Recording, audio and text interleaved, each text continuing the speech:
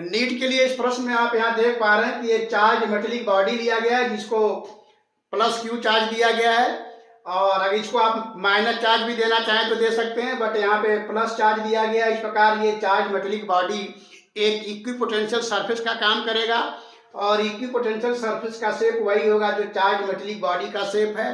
इस तरह से कोई भी चार्ज मेटेलिक बॉडी एक इक्विपोटेंशियल सरफेस होता है, और उसके सरफेस पर प्रत्येक पॉइंट पर वोल्टेज सेम होता है, इसलिए अंदर बॉडी के और बाहर सरफेस पर भी कहीं भी वोल्टेज कांस्टेंट होता है, इसीलिए ये इक्विपोटेंशियल सरफेस होता है। तो इसके 1 पॉइंट पे, 2 पॉइंट पर, 3 पॉइंट पे, 4 पॉइंट पर या दूसरे कोई भी पॉइंट हो, सारे पॉइंट पे पोटेंशियल आपस में बराबर होंगे और वो कांस्टेंट होंगे। और इक्विपोटेंशियल सरफेस का जो वोल्टेज होता है वो कांस्टेंट होता है, और वोल्टेज जो है charge density into radius of curvature के प्रोपोर्शन में होता है। तो मेटेलिक चार्ज बॉडी में वोल्टेज कांस्टेंट होने के कारण इलेक्ट्रिक फील्ड इस बॉडी के अंदर जीरो होगा, और सरफेस पर इलेक्ट्रिक फील्ड जीरो नहीं होगा। तो सरफेस पे कहीं भी इलेक्ट्रिक फील्ड निकालेंगे तो उसको सिग्मा बाई एप्सिलॉन नॉट से दिखाया जाएगा। अब हम चार्ज डेंसिटी के विषय में बात करेंगे इस चार्ज मेटेलिक बॉडी में।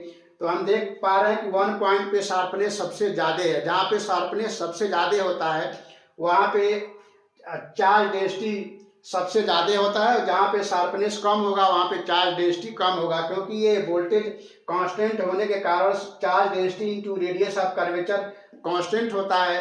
तो जहाँ रेडियस ऑफ कर्वेचर यानी सर्कुलर पार्ट का रेडियस सबसे कम होगा वहाँ पर चार्ज डेंसिटी सबसे ज़्यादा होगा। तो यहाँ पर आप देख रहे हैं 1 पॉइंट पर सर्कुलर पार्ट का जो रेडियस है वो सबसे कम है, 2 पॉइंट पर थोड़ा सा उससे ज़्यादा है, 3 पॉइंट पर उससे भी ज़्यादा है, और 4 पॉइंट पर सबसे ज़्यादा है रेडियस सर्कुलर पार्ट का। तो हम इस प्रकार देख पा रहे हैं 1, 2, 3, 4 पॉइंट पे जो सर्कुलर पार्ट हैं उनका रेडियस इस तरह से बढ़ते हुए क्रम में दिखाया गया है। 1 पॉइंट पे सबसे कम है, इसलिए 1 पॉइंट पे जो चार्ज डेंसिटी होगा वो सबसे ज़्यादा होगा, फिर 2 पॉइंट पर उससे कम, 3 पॉइंट पर उससे कम, और 4 पॉइंट पर सबसे कम होगा।